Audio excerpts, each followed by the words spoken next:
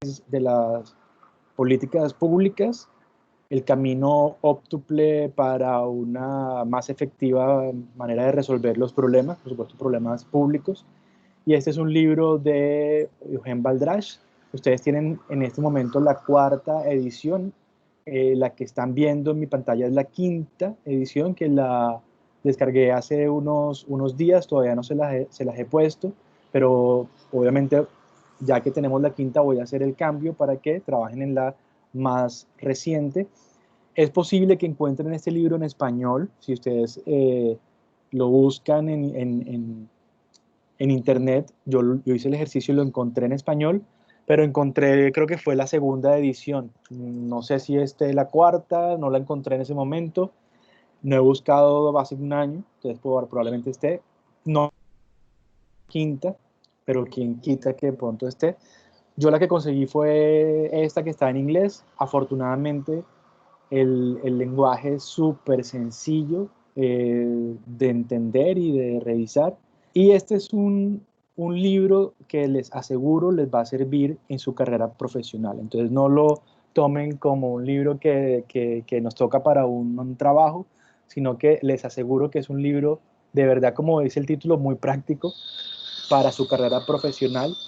Baldrach, además de ser un académico, un profesor en el área de política pública, ha sido también funcionario público, consultor público, asesor, trabajado en diferentes administraciones de diferentes niveles, tanto federal como eh, local, y entonces logró tener esta mezcla de la práctica con la teoría y saca este libro. Y este libro es usado en una gran cantidad de cursos de pregrado y de posgrados, sobre todo a nivel de maestría en los Estados Unidos y en otras partes del mundo, por supuesto. Es un libro muy conocido, muy difundido, eh, y es de verdad un libro muy útil. Muy útil es dar los consejos desmenuzados. Hay otro material, tenemos otro libro, vamos a ir viéndolo como referencia, pero sin duda este de Valdrás es muy bueno y es el guía para esta sesión o esta sección del curso, de este cierre, de este tercer bloque del curso, para que lo miren. Entonces lo que quiero hacer a continuación es mostrarles el libro para perderle como el miedo y tomarle cariño de que tiene y cómo es. Bueno, algo que tiene nuevo esta edición es que tiene un nuevo autor que es Eric Patashnik. Él fue estudiante de Baldrás y pues ahí fue cuando conoció el libro, lo trabajó. Posteriormente ya como profesor pues le hace la propuesta de hacer una nueva edición y prácticamente lo que hay en este libro es los aportes de este segundo autor y no tanto de Baldrás. Es el mismo libro de Baldrás, solo que con nuevos aportes. Entonces el libro, voy a pasar aquí voy a ver cómo quito este cuadrito de acá. Voy a pasar aquí a la tabla de contenido y voy a hacerles aquí.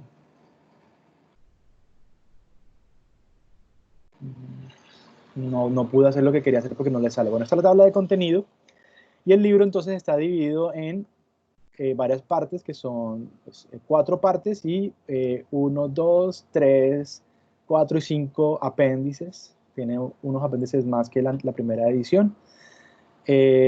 No hay que leerlo todo, no se angustien, pero sí les voy a mostrar qué es como lo clave para leer. Entonces tenemos esta parte 1, que es el camino óptuple, que es donde nos van a explicar los 8 pasos, digamos, que propuso Baldrás para esa efectividad en el análisis de las políticas públicas. Ahora les voy a hablar de estos 8 pasos y voy a detenerme en el primer paso, un poco para mirar cómo podemos hacer la lectura del libro. Y esta va a ser la parte clave, o sea, esta es la que sí o sí todos deben leer. Se me olvidó, perdón, voy a hacer aquí, iniciar la grabación para los que... Ah, no, ya están grabando, perdón. ¿Quién comenzó a grabar?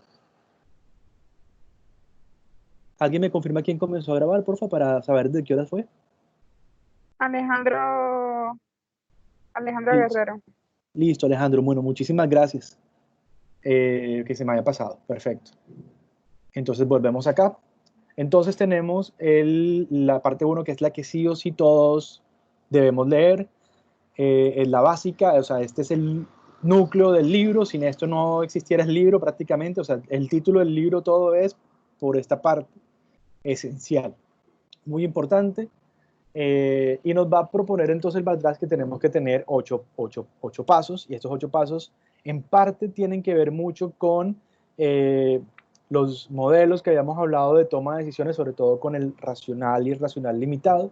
Y el primer paso tiene que ver con la definición del problema. Ahorita vamos a profundizar un poquito en la definición del problema, que es lo básico, arrancar por definir cuál va a ser el problema que voy a tratar, y hemos hablado que es difícil, que hay que delimitar, que a veces nos vamos por temas amplios, y cuando vamos por temas amplios no sabemos realmente qué vamos a tratar, y el asunto, digamos, o las primeras decisiones que hay que tomar es qué problema voy a tratar y cómo lo defino, o sea, cómo lo delimito. El paso 2 que propone Baldrás es el de juntar evidencia, cómo reunir evidencia que nos vaya a soportar todo el proceso de recomendaciones y de análisis que vienen adelante. Este paso es tan esencial que, si ustedes ven, cubre una segunda parte del libro. Aquí la parte 2 es el mismo paso 2. Entonces, en este capítulo, cuando vean esa parte de reunir la evidencia, eso se trata en 2, 3 hojitas, porque luego va a haber una parte completa que lo va a tratar, que además no es muy larga. Si ustedes ven, arranca en la página 83 y termina en la 110, o sea, estamos hablando de unas 27 páginas de esta parte de reunir la evidencia, que es bien interesante, y básicamente aquí les va a hacer recomendaciones de cómo obtener esa evidencia, cómo iniciar el proceso de indagación, cómo localizar las fuentes relevantes, cómo ganar acceso a la información y la confianza de quien nos puede dar la información, cómo podemos llevar a cabo una entrevista para investigación en política pública, digamos, qué tipo de lenguaje podemos usar en ese sentido, cómo vamos a ganar credibilidad o mantener la credibilidad en nuestro trabajo, dilemas que podemos encontrar. Entonces es una parte muy interesante. Les decía que este sí o sí hay que leerlo, y les voy a proponer también que lo lean, no obligatoriamente todos, pero sí de pronto 2 de los 3 del grupo. Si lo pueden todos sería genial, porque además es muy claro, y les digo que les va a servir en su vida. No se imaginan cuánto, pues muy sencillo y práctico, o sea, las recomendaciones. Por supuesto, debo hacer una claridad, es el contexto en el que está escrito este libro. Este libro está escrito, pues, en Estados Unidos. Hay temas culturales que no van a corresponder, pero bueno, estamos lo suficientemente ya maduros en términos de académicos también, un poco de entender, leer contextos, para identificar de pronto cómo puedo adaptar algunas de esas recomendaciones al contexto nuestro. Y por supuesto, otra aclaración es que, como estamos en tiempos de coronavirus, pues algunas de las recomendaciones no son tan prácticas, en la medida en que ya yo puedo hacer una entrevista presencial como tal, pero de pronto va a ser más fácil conseguirme la entrevista virtual ahora que antes, porque antes la gente de pronto, no, vente, nos vemos, y encontrarse con la hora, ir hasta el sitio puede ser complicado. Toca una oficina pública, uno lo ponen a esperar muchísimo. A veces hasta puede ser más sencillo en esta situación hacerlo por...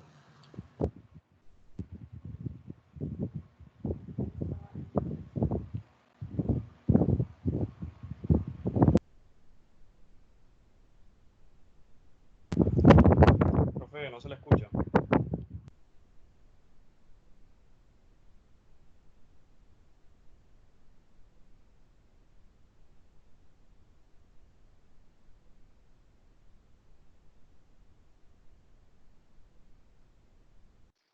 Profe, no se le escucha.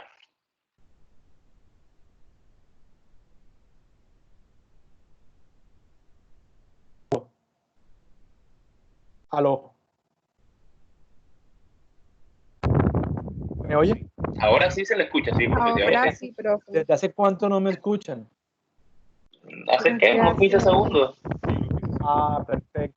Bueno, entonces, menos mal, porque yo dije, ahora toca repetirlo todo. Perfecto, entonces les decía que con el tema de coronavirus habrá algunos temas más difíciles que antes, pero habrán otros que pueden facilitarse. y tenemos que trabajar con eso. O sea, no hay nada que hacer. Esa es la forma en que vamos a trabajar en esta oportunidad, con lo bueno y con lo malo de la situación. Listo, entonces ese es el segundo paso y bueno, y ahí tienen toda una parte para profundizar ese segundo paso. Luego viene el tercer paso que tiene que ver con la construcción de alternativas y lo que va a hacer Baldrash. Este sí es un capítulo, o sea, esto estaba en las primeras ediciones. Tiene que ver con recomendaciones para construir esas alternativas, con modelos para construir esas alternativas.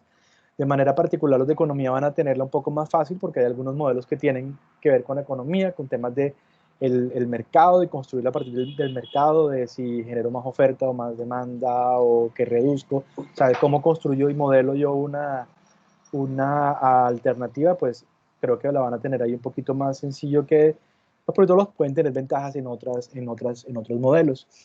Ahí va a estar explicado eso con bastante claridad.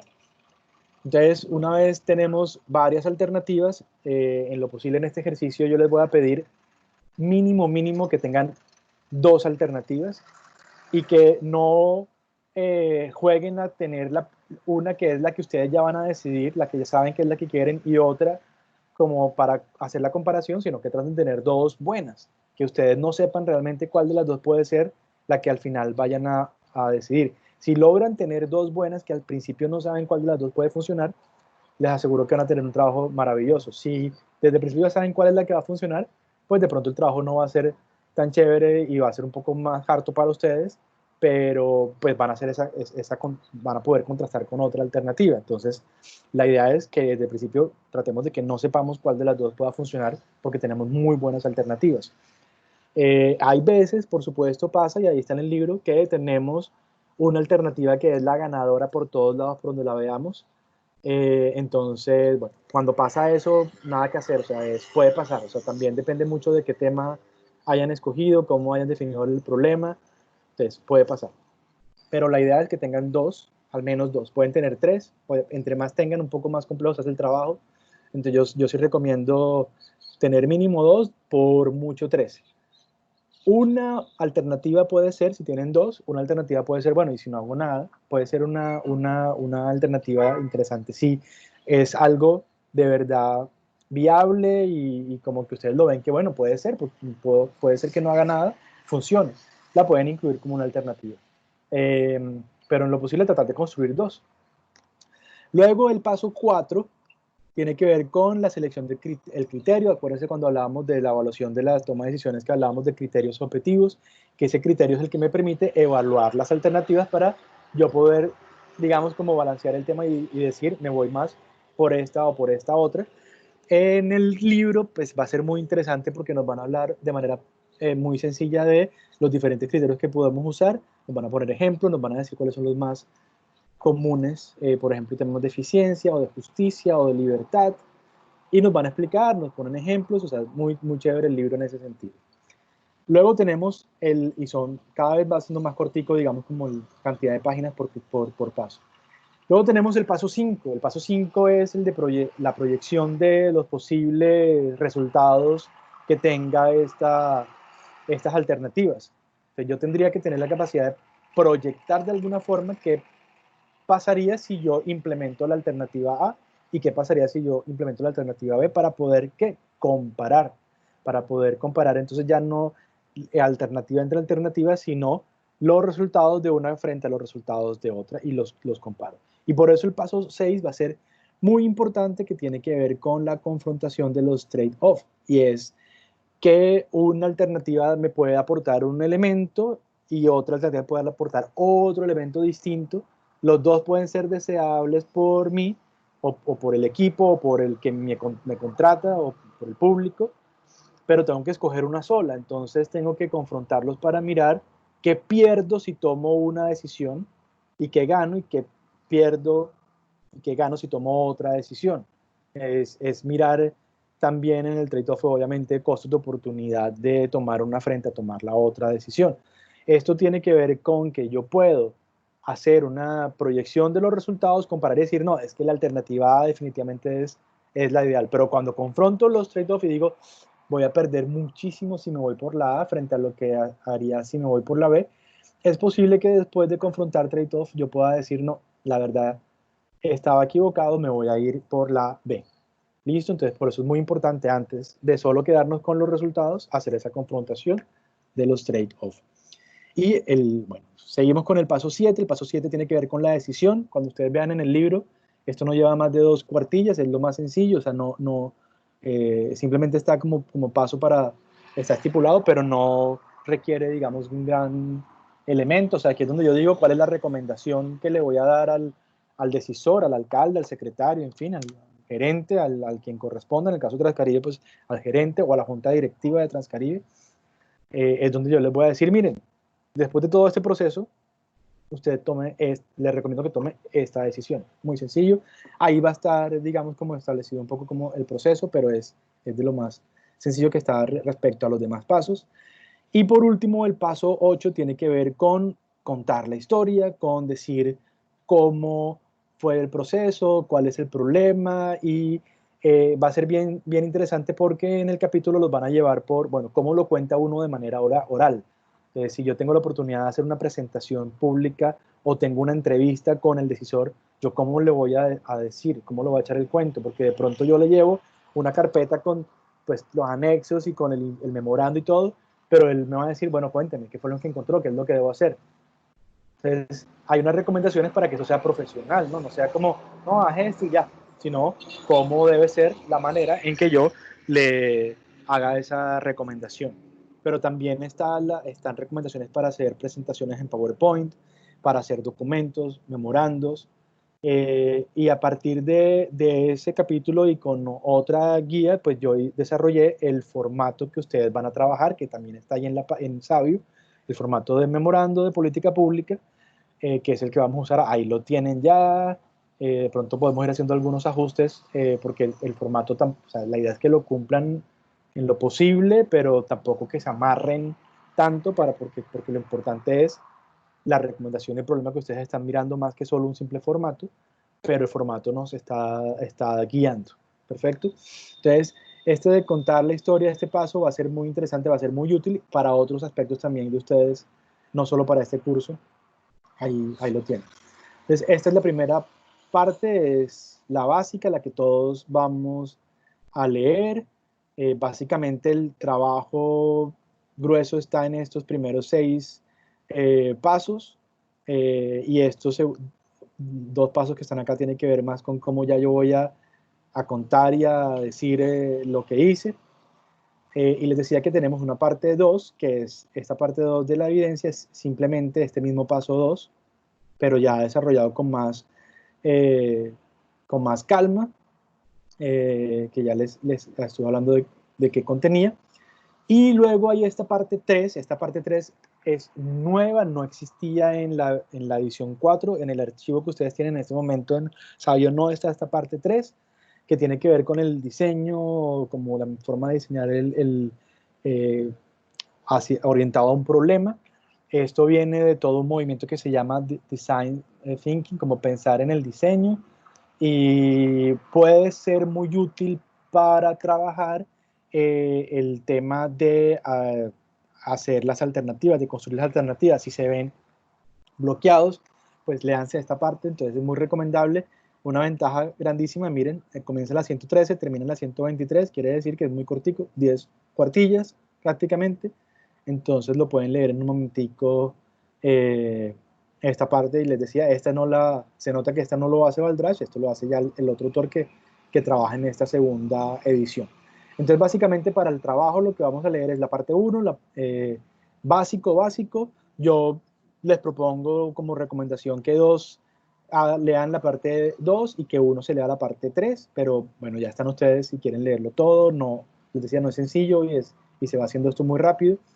No es una lectura como cuando uno se lee una novela que va de corrido. Esto uno vuelve, revisa, piensen siempre en términos del problema que están trabajando. Es mucho más sencillo si cuando uno lee va pensando, como les decía al principio, allá en la universidad, cuando leíamos Roth, lean, pero piensen en ejemplos, va a ser mucho más fácil de apropiar la información. Luego hay una parte 4 que tiene que ver con buenas prácticas en la investigación o en este proceso. Este no es obligatorio, ahí lo van a tener, yo se los voy a ver todo para que los tengan. Hay un apéndice, ¿cierto?, con un caso real de análisis para que lo miren, que tiene que ver con drogas. Hay otro apéndice que tiene que ver con cosas que hacen los gobiernos, interesante, digamos, como para tener un encuadre de qué puede hacer un gobierno, puede generar nuevos impuestos, regular, generar subsidios o grants, tipo proveer servicios, hacer presupuestos, generar información. Bueno, ahí está todo el evento que puede hacer un gobierno. Obviamente eso está muy en el marco de lo que hace lo que pues, sucede en Estados Unidos. Hay un apéndice C que tiene que ver ya con esto llevado a organizaciones sin ánimo de lucro y pues porque muchas de esas organizaciones están buscando incidir en la política pública de acuerdo al tema que estén moviendo, si es de derechos humanos, de mujeres, de temas de pobreza o de generar liderazgo, en fin. Ahí hay un capítulo sobre eso. Bueno, aquí hay todo un apéndice también que tiene que ver con dinámicas para obtener el soporte político que va a ser muy importante si uno quiere lograr persuadir. Por eso es lo que veíamos con Domenico Majón, evidencia, todos podemos estar de acuerdo, cada quien de acuerdo con su modelo mental construye el argumento y luego pues va a tratar de persuadir a los demás para que se adopte la medida tal cual como la piensa o la reconoce. Y este apéndice es nuevo, este no existía, que tiene que ver con algunos tips para el trabajo con clientes, por eso digo también es muy práctico para el futuro profesional también, pero esto digamos, esto último es para que lo conozcan, pero lo importante, les repito, es esta parte 1, es la básica, obligatorio todos, vamos a ver y que vamos a trabajar la próxima semana, hablar de esta parte 1, y esta parte 2 y 3 que tienen que ver con apoyarnos en la construcción de ese memorando, pues que nos guía la parte 1. Entonces quiero preguntarles hasta el momento si tienen alguna pregunta de lo que hemos hablado, si alguien quiere intervenir, abro el micrófono ahorita.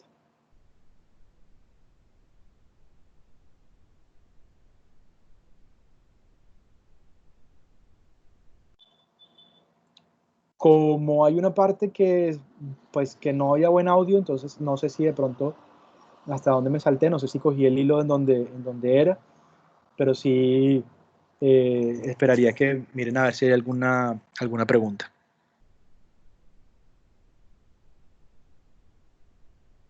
Profesor, con este memorando, ¿vamos a trabajar durante el tercer corte o va a ser una parte del corte? Ese es el resultado del corte. De hecho, si ustedes ven pues el plan de curso inicial, el tercer corte, ¿en qué consiste? Consiste básicamente en una nota que es el memorando y yo no hago como tal el examen final, sino lo que hacemos es una sustentación.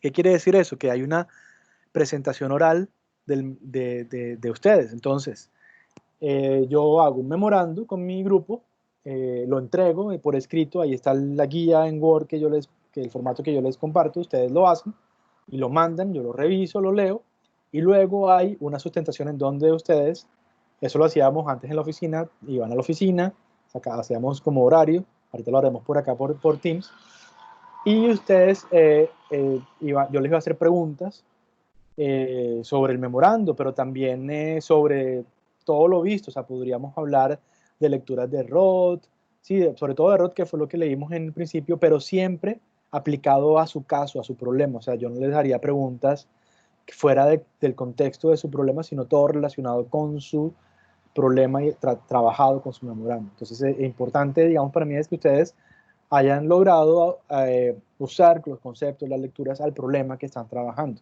Esos son los dos, digamos, como las notas importantes del segundo corte, que siempre ha sido así, digamos que están ahí en el plan de curso previo al COVID y bueno, que lo seguimos haciendo porque no hay necesidad de hacer el cambio, digamos, porque podemos hacer la sustentación de manera remota.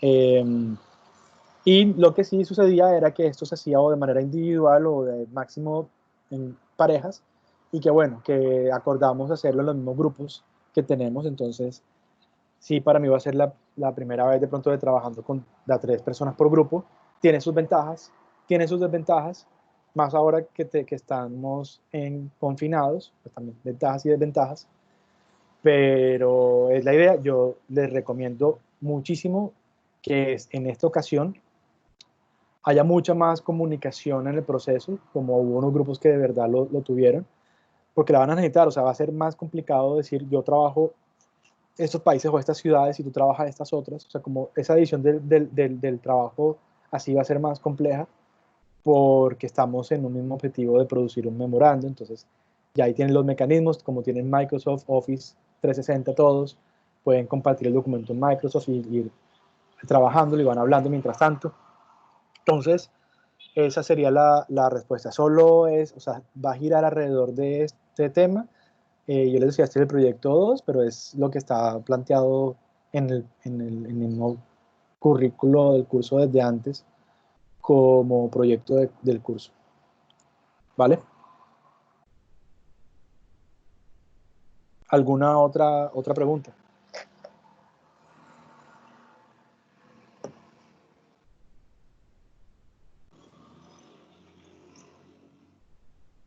¿Tienen alguna otra pregunta para seguir? Acuérdense que les pedí que en el transcurso de la conversación me escribieran por el WhatsApp si ya tienen algún tema seleccionado. Entonces voy nuevamente a compartir aquí el documento que teníamos.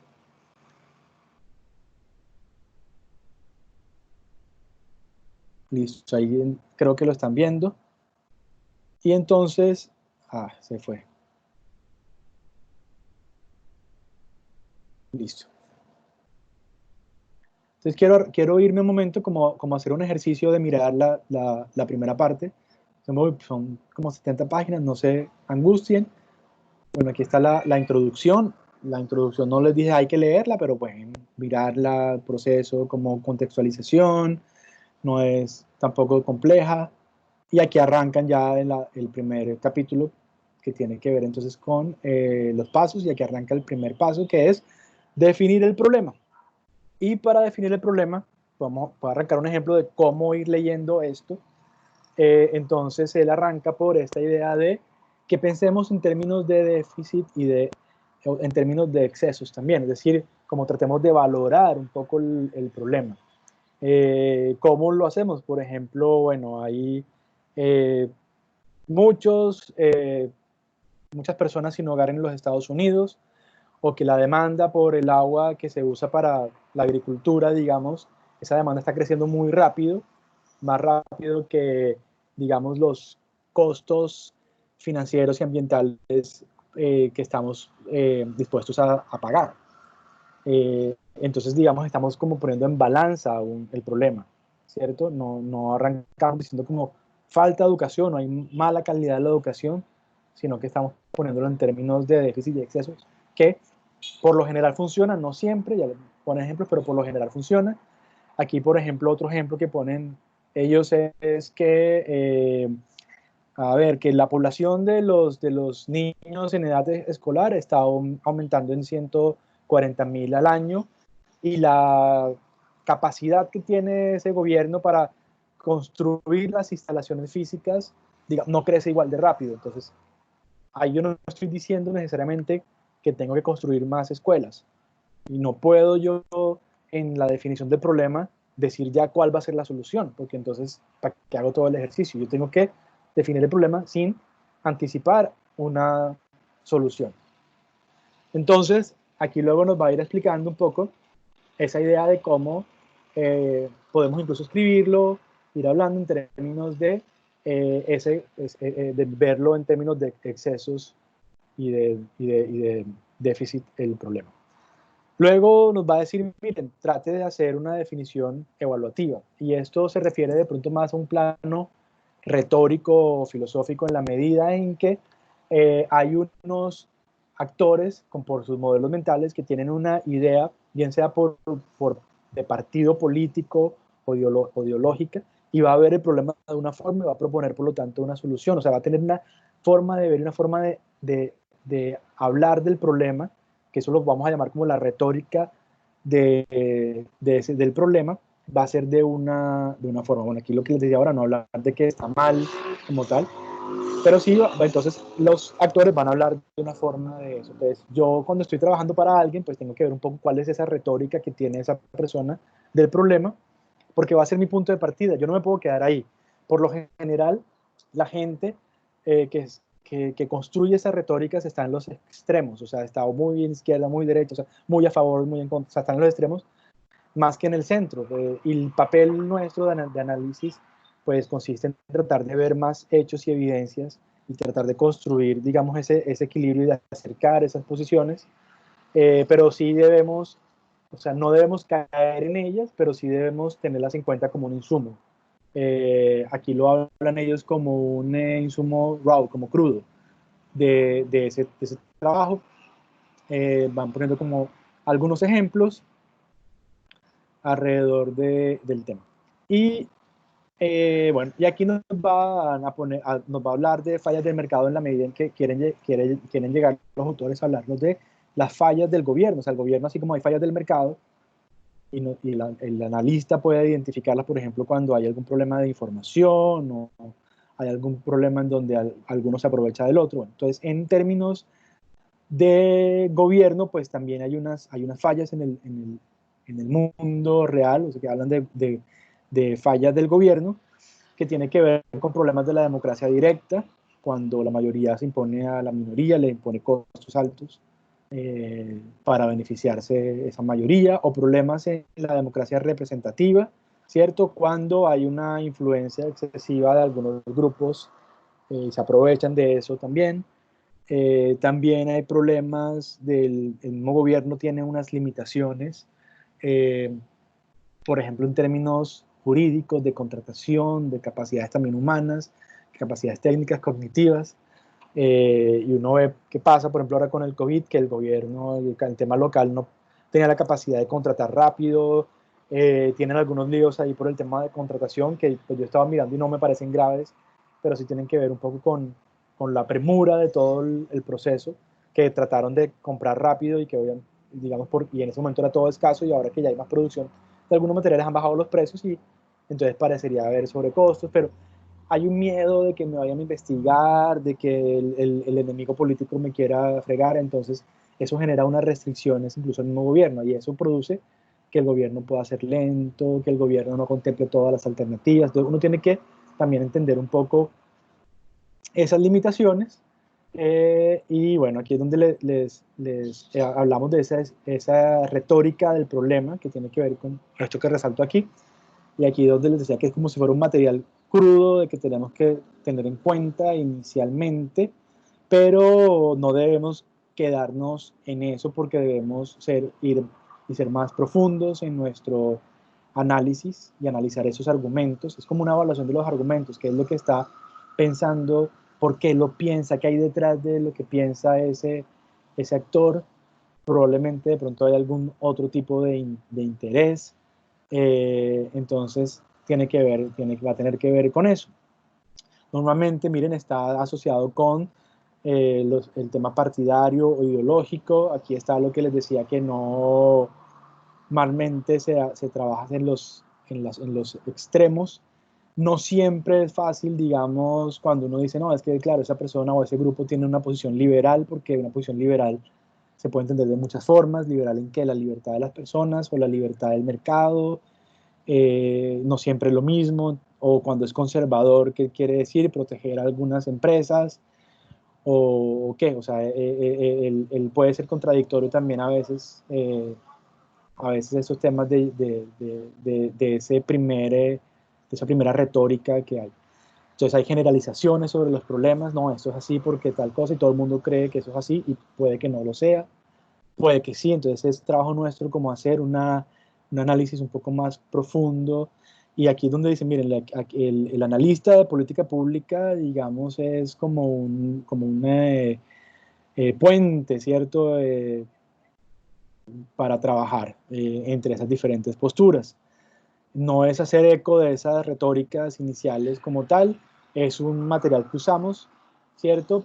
Para ya tener un apropiado análisis ya nuestro. Entonces, lo que llaman es, en el tema de esa, digamos, definición evaluativa, es que no nos quedemos con esa primera idea, con eso que hay alguna postura ideológica que piensa que es así, y uno dice, bueno, eso es así y punto, porque podemos estar dejando a un lado otras posibilidades de tratamiento o de definiciones que podrían ser más útiles. Aquí lo importante es pasar a tener eh, definiciones que sean operativas, que podamos trabajar.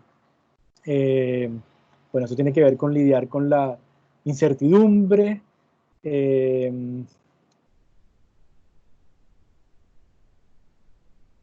Y bueno, y lo que nos propone es hacer, cuantificar cuando, digamos, si es posible, en la medida de poder cuantificar. Entonces, como hablaba al principio del capítulo ellos de que tratemos de mirar en términos de déficit y en exceso, pues eso quiere decir que se facilita la medición.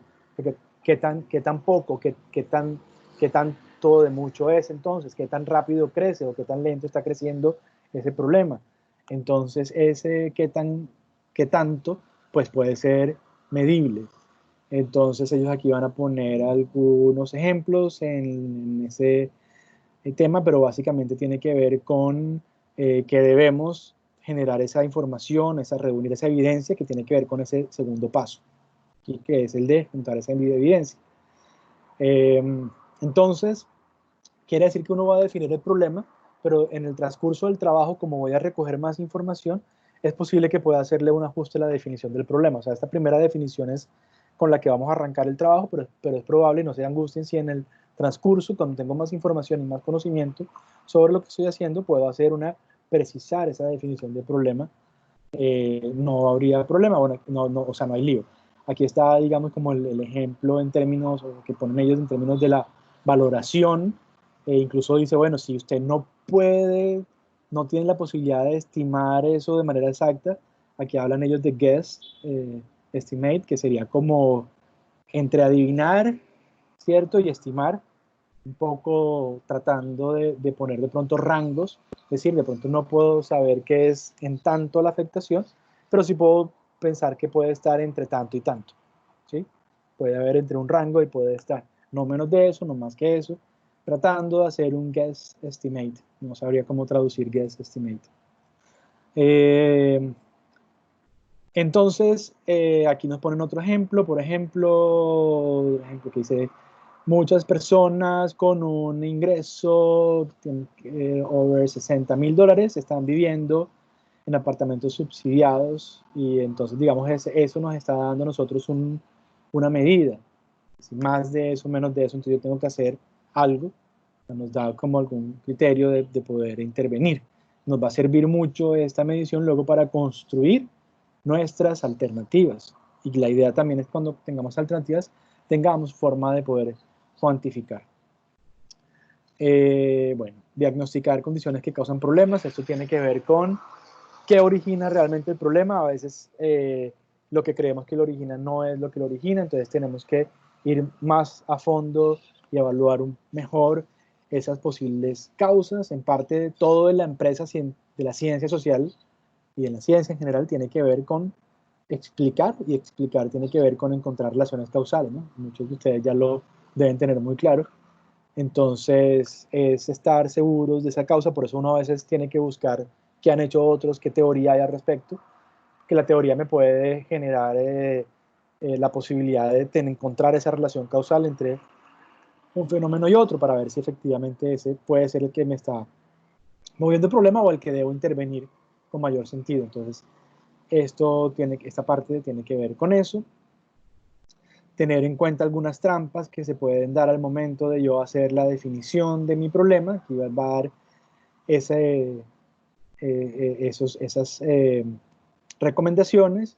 También que puedan identificar oportunidades latentes sobre el tema. Aquí, por ejemplo, ellos establecen un listado de oportunidades de mejora que normalmente pasan desapercibidas. Entonces ahí está el listado. Como estamos hablando principalmente de COVID, pues difícilmente de pronto caemos en una de estas, porque tenemos una situación apremiante que genera un cambio en equilibrios y de situaciones, empeora rápidamente la situación de algunos, y por lo tanto amerita una intervención. En el fondo hay una idea sobre cuándo debe intervenir el Estado, es decir, cuando un problema que es un problema privado debe ser un problema tratado por el Estado, por la autoridad pública, que es en parte lo que veíamos cuando se definía que era política pública, cuando hablamos de un problema socialmente, o sea, percibido socialmente. Y no siempre es fácil delimitar eso, cómo yo como empresa debo tener prepararme, tener unos fondos de contingencia, y de pronto pasa esto, hasta dónde es mi responsabilidad no haberme preparado, y hasta dónde es responsabilidad, entonces, o debe ser un tema que debe tratar el Estado. Son límites bastante complejos. Por lo general hay países que tienen fondos de previsión para de emergencia en países escandinavos, pero nosotros no, las empresas acá trabajan con el capital de trabajo que tienen es el día a día, de pronto tienen es para cubrir unos 2 meses, un mes, porque tienen que tener como una caja ahí en movimiento. Si acumulan mucho dinero, van a ser ineficientes, y esa mirada de ineficiencia hace que no tengan mucho dinero ahí, repartan entonces las utilidades, tal, y hace que en este momento, si es una empresa muy rica, o sea, que mueve mucho dinero, muy exitosa, pues tenga problemas de caja para poder afrontar la crisis. Es posible que después de esto, pues no se vea como un costo, algo tener plata quieta como emergencia, porque hoy es un costo, no la estoy moviendo. Ese es un tema como para ir poniendo ahí unos ejemplos. Aquí también hay algunas recomendaciones para evitar algunas trampas en esa definición de problemas, por ejemplo, que no debo decir. Aquí me lo voy a saltar, es para tampoco decirles todo, sino que ustedes tomen esta parte de este capítulo y lo vayan leyendo. Y bueno, y aquí ya pasan al paso número 2. Entonces, hasta aquí fue el número 1 de definir el problema, para que lo vayan leyendo, y traté como de ir entrando al principio más detallado y luego me fui alejando un poquito para que ustedes sean los que lo lean y no solo lea yo, pero sí es como para que sepan que se van a encontrar. Entonces ahora voy a hacer lo mismo muy rápido y aquí como para perderle el miedo a esta parte de la ronda de la información que decían, pues aquí les va explicando la importancia de la información y cómo les va a servir para el proceso del camino óptuple, pensar antes de salir corriendo a recolectar esa información, cómo evalúo el valor de esa información que voy a tener, bueno, el tema como de tener un mayor sentido común ya educado, que uno pueda trabajar, entrenar y para poder determinar si una información es valiosa o no es valiosa, hacer la revisión de literatura, por supuesto, que ustedes en todos los trabajos en temas de investigación revisen literatura que esté por allí sobre el tema. Obviamente en el caso de coronavirus va a ser más complejo, pero bueno, hay que trabajar con lo que contamos, pues por lo que como es algo nuevo, todo el mundo está en las mismas en este momento, y probablemente en unos años va a haber mucha literatura sobre todo este proceso. Buenas prácticas en términos de hacer encuestas, si hay que hacer encuestas, o de cómo usar analogías para relacionar un problema con otro, de los tiempos, de cómo manejamos esos tiempos, cómo ganar esa credibilidad. Bueno, y aquí está ya el paso 3 de cómo construir esas alternativas, cómo superar trampas ahí en temas lingüísticos al construir las alternativas. Digamos, todo el tema de comprender ese problema, de salirnos de la caja para pensar esas soluciones. Les decía que esa parte 3, que es nueva en este libro, puede ser bien interesante para ayudarlos a pensar. Digamos como que esta es una, por ejemplo, está bien interesante de cómo salir un poco como de ese cartón, y entonces, ¿qué podríamos hacer si no costara nada hacer esto? ¿Qué más podríamos hacer que pueda funcionar? ¿Por qué no haríamos esto? Y les va explicando un poco ese tema. Y aquí está lo que les decía como de los modelos. Este system tiene que ver mucho con ese componente 3, esa parte 3 que tienen más adelante.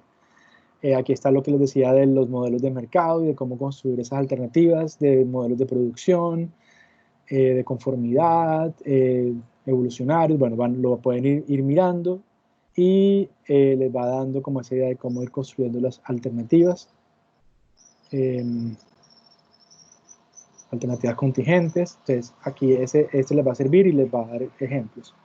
El paso 4, que es el de la selección de criterios objetivos, pues normalmente vienen de la filosofía social, un poco de hacia dónde debo apuntar, o sea, cómo debo evaluar las alternativas que debo privilegiar.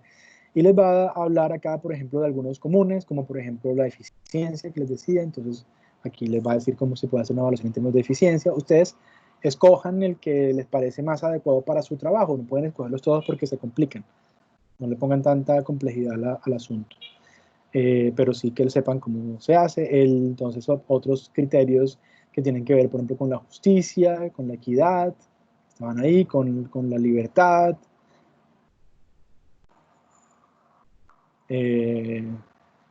con lo que es políticamente más viable. Bueno, ahí van a ver diferentes tipos de criterios. Aquí está como políticamente más aceptado. Y luego, entonces, vamos a tener, bueno, los temas desde el punto de vista legal, o sea, jurídico, como esas viabilidades, cómo evaluarlas. Y aquí hay una tabla de cómo medir ese criterio objetivo que debería lograr entonces la alternativa, y entonces ver esa alternativa que tanto lo puede lograr. Evitar confusiones en las alternativas y en los criterios. Y luego ya el paso 5, que tiene que ver con la proyección de los outcomes o de los resultados, o en algunos casos impactos, aunque impactos pues pueda sonar un poco más juicioso el trabajo, pero pensemos la palabra outcome de pronto no es tan pretenciosa como impactos. Y entonces aquí va dando ideas de cómo extender el sentido común para mirar esos posibles impactos, escoger un caso de base y les va dando como esas ideas. Bueno, aquí hay ejemplos también de que han hecho otros, cómo estimarlos. Obviamente hay mucha incertidumbre en algunos casos. Por acá hay una tabla que quiero mostrarles. No sé.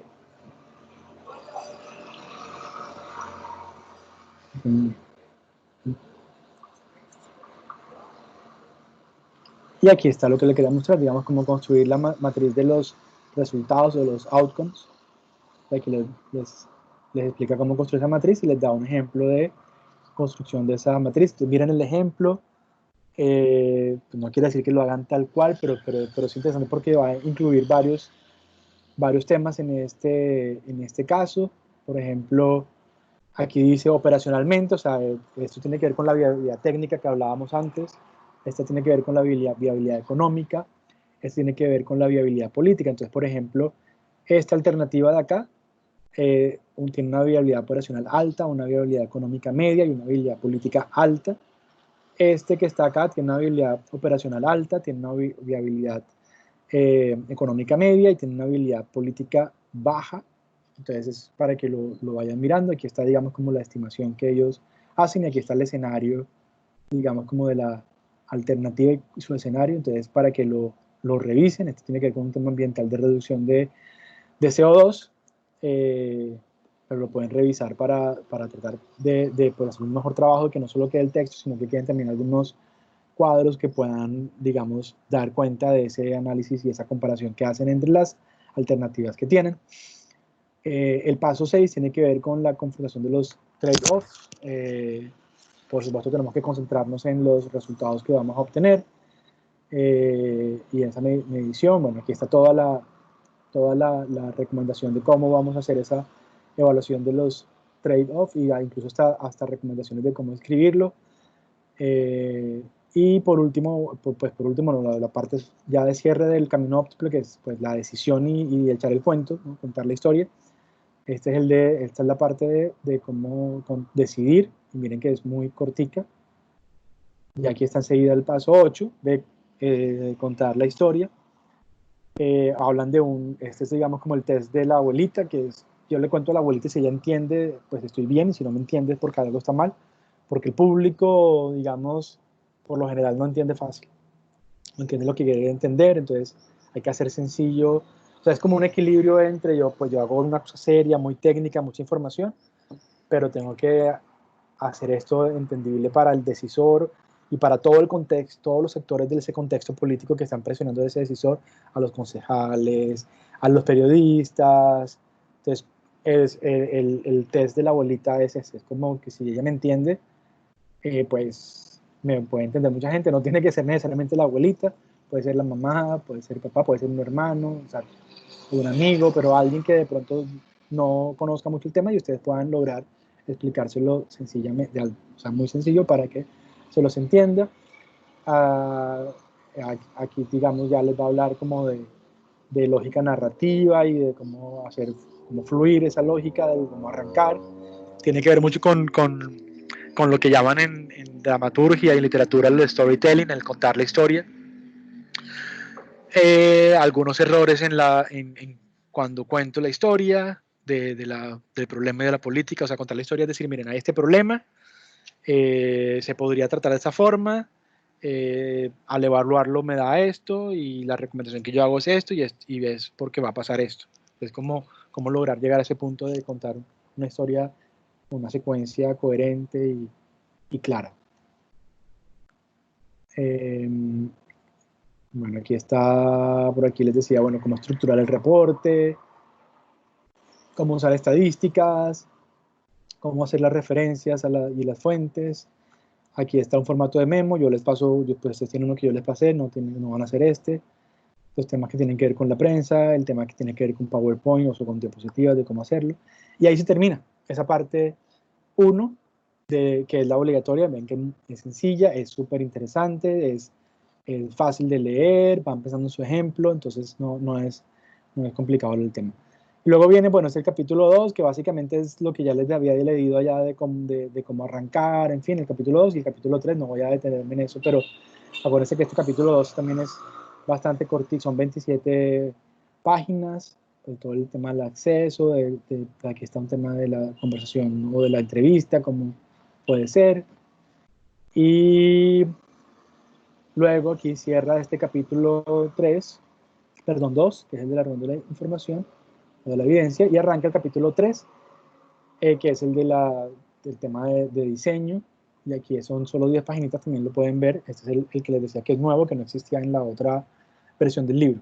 Entonces, básicamente, ese es el capítulo, eso es lo que tenemos que hacer, tenemos que leer para otra semana, haber leído, pero no es leer por leer, sino apropiar esa lectura de manera muy particular. Ese primer paso, sin leer va a ser muy difícil.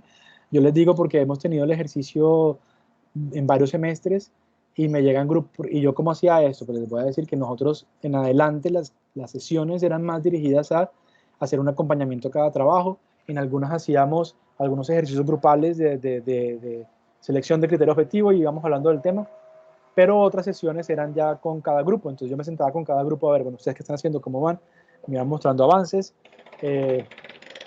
A veces no alcanzábamos a tener todas esas reuniones en las sesiones de clase, entonces también sacábamos tiempo en la oficina, y iban a la oficina y íbamos mirando los trabajos y los avances, y era hasta más interesante porque podía uno como profundizar en cada caso, y cada caso puede tener alguna recomendación específica que de pronto no aplica para otro. Igual podemos mantener eso acá, me pueden escribir y podemos cuadrar esas, digamos, como sesiones de trabajo ya con cada grupo. Y que les decía, bueno, pero bueno, que lo que pasaba muchas veces es que llegaban a la sesión, no, profe, pero entonces no sé qué hacer aquí. Yo, pues es que usted no ha leído, si eso está en el libro. Entonces es muy importante leer, pues para que cuando estemos en esa sesión no sea como, pues está en el libro, sino que ya podamos avanzar un poco con el problema que se van a encontrar, que si ya nos vamos a encontrar con muchos problemas, sobre todo de acceso a información. Por eso es que esa palabrita me parece bien acertada, de guess estimate, que nos va a tocar hacer en buena parte del trabajo, porque no vamos a acceder necesariamente a toda la información. Hay algunas cosas que sí, bueno, ahorita les compartí, por ejemplo, hay como unos datos de Cartagena y hay unos datos sobre el confinamiento bien interesantes. Hay una información que les compartí fue de la Cámara de Comercio, y ahí lo que vayan encontrando que pueda servir a los demás, se comparte. Quería contarles eso de este libro para que le perdieran un poco el miedo, porque de pronto no, que está en inglés, pues es sencillito de leer y de palabras, de pronto una que otra palabra la pueden ir buscando ahí en el diccionario. No les recomiendo que tomen un párrafo completo y lo pasen al traductor, porque por el tipo de pronto como es un lenguaje tan coloquial, de pronto hay palabras que tienen varios significados y les traduce algo totalmente diferente y se van a enredar. Si fuera algo más o sea, este libro fuera más académico, de pronto sí fuera más viable el tema de hacer esa traducción, porque usan palabras más precisas, pero eso es un libro que está pensado más para pues, público general, pero para gente que está como en el cuento, pero no necesariamente tiene ese lenguaje académico formal de otros textos. Vuelvo entonces aquí a quitar a Teams. Y bueno, les pregunto si tienen alguna duda, alguna recomendación, alguna idea al respecto. Ya se nos está acabando un poco el tiempo.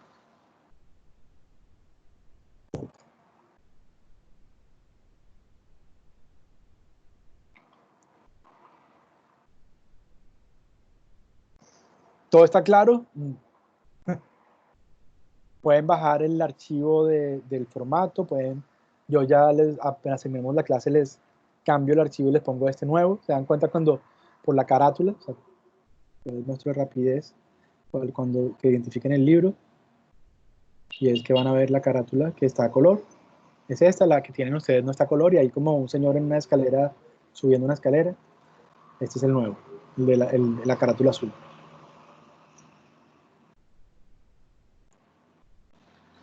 Listo, bueno, entonces quiero cerrar con propuestas de temas. Ya tenemos 2 grupos, que escogió uno turismo, otro escogió Transcaribe. Quiere decir que hay 4 grupos que no tienen tema. Y sí me gustaría que tuvieran como un tema en general, no todavía ya exactamente el problema que van a trabajar, sino el tema, para que cuando estén leyendo estén pensando en ese problema. Yo les he pasado como un listado al respecto, entonces yo pregunto, ahí por ejemplo Alejandro, ¿qué has pensado del problema?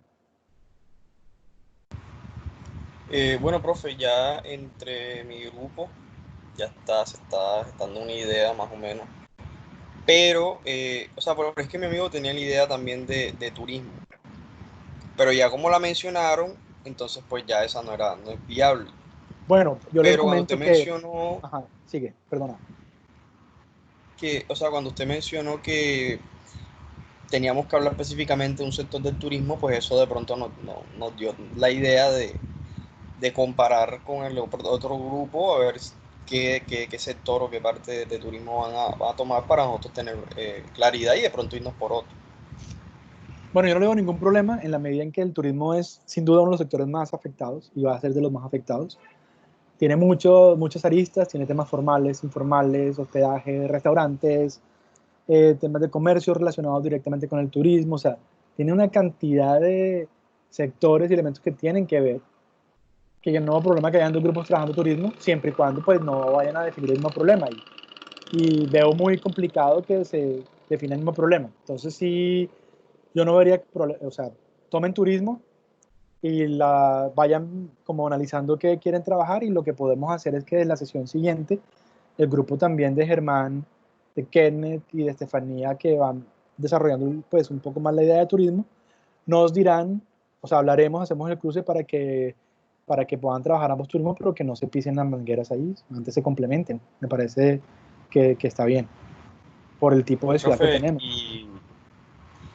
y bueno, también cabe agregar, pienso yo, que uno de los integrantes de nuestro grupo está dedicado a ese sector de la parte hotelera de aquí en Cartagena, entonces pues se nos puede como que hacer un poco más fácil, hay como más conocimiento, Listo. de pronto hay más ¿Quién es, experiencia. quién es el compañero que está en el sector?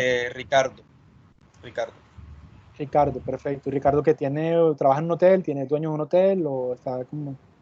No, él administra muchos lugares, como que lo gestiona y creo que también está al frente de un lugar en el que se realizan muchas actividades de Evento. entretenimiento. Perfecto, listo. Eso es genial, aunque también está el sector de entretenimiento y de eventos, que tiene que ver con turismo y no tiene que ver con turismo, porque hay eventos que pues, va el turista y va el residente. Entonces, ahí también tienen como un nicho que pueden también explorar, que es el de los eventos. O sea, piensen en el Rey de Rocha y todos los que organizan eventos. Pero no solo eso, sino todo lo que está alrededor del que organiza eventos. Y también piensen en el sector cultural, el que organiza el teatro, los de danza. O sea, hay mucha gente y además que no son empresas grandes que tienen un flujo de caja grande pues, para poder seguir pagándoles, sino que si no trabajan, pues no hay ingresos, o sea, es difícil. Además que tienen normalmente vinculaciones informales, como que bailaste hoy, toma, y no bailaste, no hay plata. Y si hay coronavirus y esté confinamiento, pues no hay plata.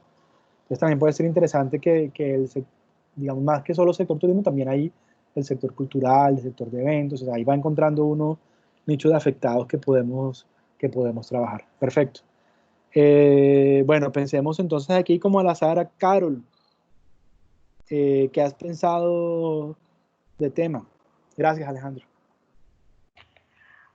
Profesor, mi grupo y yo estábamos pensando sobre educación, pero todavía no estamos tan seguros. Estamos discutiendo y ver si podemos proponer otros temas y tomar la decisión. Bueno, Pero hasta ahora creo que vamos con educación. a mí me parece fantástico el tema de educación. Es un sector que también se va a ver afectado, no sabemos cómo. Digamos, hay que ver es como qué área de la educación vamos a mirar, porque por supuesto, si miras el sector público, hay una afectación en términos de la calidad de la educación, en términos de los retos tecnológicos, de cómo llegar a muchos chicos que, pues, si en la universidad hay estudiantes, ustedes saben, de pronto conocen a alguno, pues que tenga dificultades con el Internet, más tenemos aquí uno en el curso que tiene dificultades con el acceso a Internet, o que de pronto no, con respecto a los equipos. Imagínense en el colegio público, en la escuela pública, pues el tema es bastante preocupante y ya la ministra está dando a entrever que el siguiente semestre todo va a ser remoto. Esa es un área, pero también puede haber otra área que tenga que ver con la educación privada. Yo pues conozco un amigo que él sacó el hijo del colegio, dije, no va a pagar para tenerlo en la casa. Ahora, estamos hablando de un niño que está en kinder y esto, ¿no? No más grande. Pero también, no sé si ustedes tienen ahí hermanos o conocidos con la experiencia del colegio y es que les están poniendo las clases tal cual, pues con el estrés que eso pueda llevar y con el desgaste también en términos de la casa, otros temas familiares. De que el papá o la mamá que tiene que trabajar y los temas del hogar, las labores y fuera de eso, ayudar al chico porque no tiene un profesor al lado, toca estar ayudándolo, pues eso complica un poco también el panorama, pero pensar a futuro, las universidades, sin duda. La universidad ha trabajado en varios escenarios, por ejemplo, en el caso de la tecnológica, que creo yo que es una de las que estaba más preparada que la Universidad de Cartagena, por lo que he escuchado en términos de la tecnología, que es lo que nos hace falta más a nosotros, más entrenamiento de los profes. O sea, sin duda yo creo que lo que nos hace falta en la UTB es que nosotros estuviéramos más entrenados para afrontar esto. Pero la infraestructura tecnológica y de los soportes, yo creo que estamos muy bien. Pero obviamente eso puede tener una repercusión, o sea, de los chicos que iban a entrar al primer semestre, eso puede cambiar la decisión, ¿qué pasará en las casas? Bueno, miren, ahorita hay dificultades económicas, es mejor que no vayan a estudiar este semestre, que pensemos en el siguiente y además es presencial.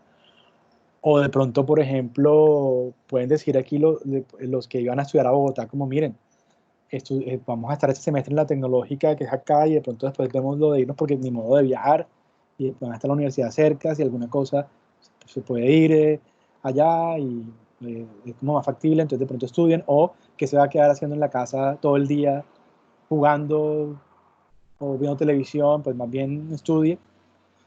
Entonces ahí puede haber un impacto sobre nuevos ingresos, sobre permanencia también. Yo he tenido un caso de un estudiante de primer semestre que ha tenido bastantes dificultades de acceso pues a las clases y todo por el tema del internet y todo, pero además con otra característica de riesgo que es una persona mayor. Es una persona que trabaja, que tiene su empresa y que decidió estudiar ciencia política. Y es muy buen estudiante, pero desde que estamos remotos pues ha tenido ese problema y está al borde de la deserción. Entonces ahí hay un tema que algunos de pronto estarán más cómodos, ¿no? Qué rico estudiar desde la casa, no sé qué piensan ustedes al respecto, pero todo puede tener su lado bueno y malo en ese sentido.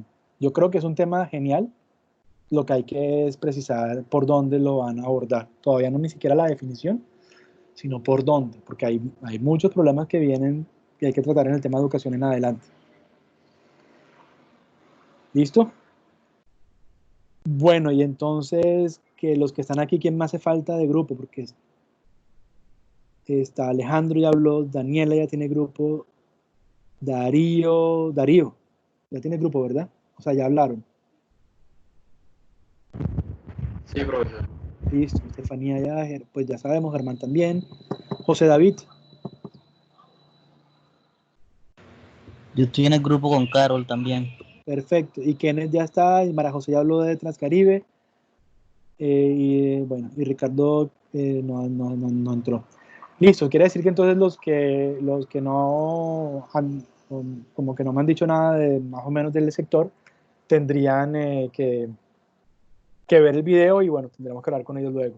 No sé si de pronto Kenneth, Germán y Estefanía han tenido alguna conversación al respecto y han logrado definir un poquito más qué área del turismo o todavía eso está en veremos.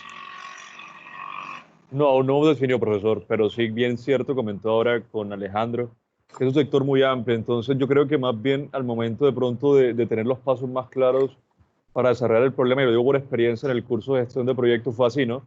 Mi curso también fue enfocado al turismo y cuando comenzamos vimos una extensa variedad, pero por suerte conozco mucho del tema y como usted lo dijo, ¿no? Hay sectores informales, el sector de turismo de reuniones, le puede impactar también al comercio, al sector cultural, incluso a zonas de recreación o entretenimiento.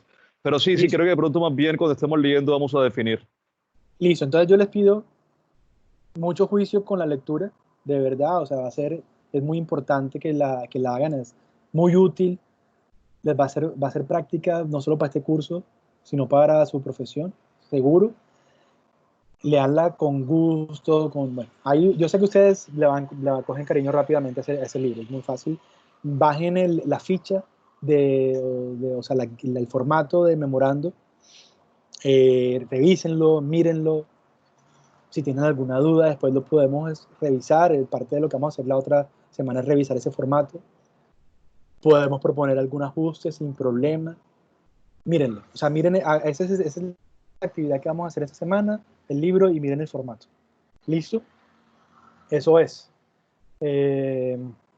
Cualquier idea del tema lo podemos conversar, me escriben y lo vamos conversando del tema, pero vayan leyendo y el otro miércoles entonces podemos avanzar. Si tienen alguna pregunta después de leer, pues prefiero que me la hagan antes de la clase para yo preparar las respuestas y si de pronto amerita tener alguna preparación un poco más elaborada. No ahí mismo, porque ahí mismo les voy a responder, pero de pronto no tan elaborado como de hacer alguna diapositiva o algo. Entonces, si tienen algo que les parezca que amerite como alguna explicación más, me la hacen, por favor, de aquí al viernes, o sea, para tener tiempo de ir mirando, o por más tardar el lunes de la siguiente semana. Pero por ahora entonces van a leer y a revisar el formato e ir pensando en su tema, ideas y pueden buscar información también. ¿Listo? Yo les agradezco muchísimo. Creo que nos va a ir bien en esto también.